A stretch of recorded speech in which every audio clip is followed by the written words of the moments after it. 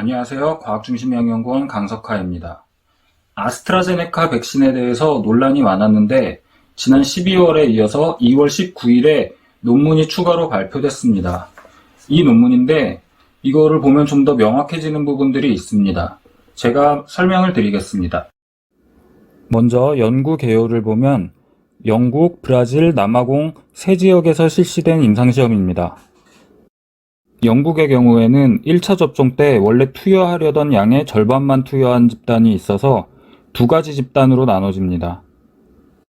지난번 논문에서는 1차 때 절반만 투여한 집단이 효과가 더 높았는데 여기에 대해서는 데이터가 추가되지 않았고 이 효과에 대해서는 지금 미국 등에서 실시하고 있는 임상시험 결과를 봐야 알 것 같습니다.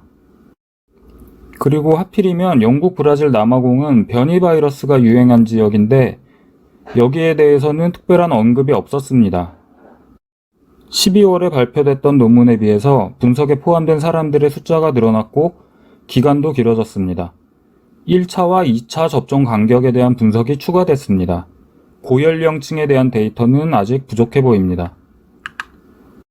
2차 접종까지 완료했을 때의 효과를 보면 대조군 8,581명 중에 입원 환자는 15명이 발생했으나 백신 접종군 8,597명 중에는 입원 환자가 1명도 발생하지 않았습니다.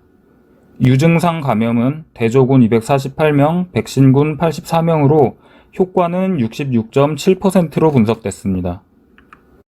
심각한 부작용은 대조군이 1.1%로 백신군 0.9%보다 높았고 사망은 대조군 5명, 그 중에 1명은 코로나19로 사망했으며 백신군 2명의 사망 원인은 백신과 관련이 없는 것으로 나타났습니다. 그래서 안전성에는 문제가 없어 보입니다.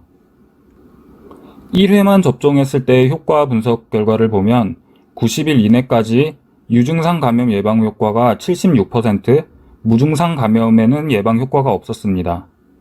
무증상 감염 조사는 영국에서만 실시했습니다. 유증상, 무증상 합쳤을 때는 63.9%의 효과가 나타났습니다. 무증상 감염 효과 분석을 위해서는 피험자들에게 정기적으로 PCR 검사를 실시했습니다.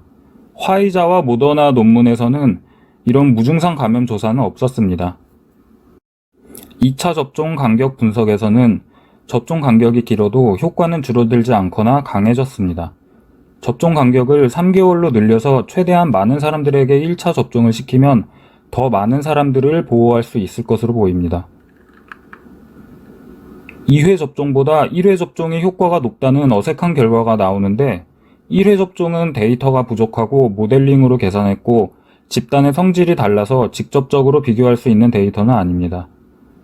백신의 효과를 장기간 지속시키기 위해서는 2차 접종이 꼭 필요합니다.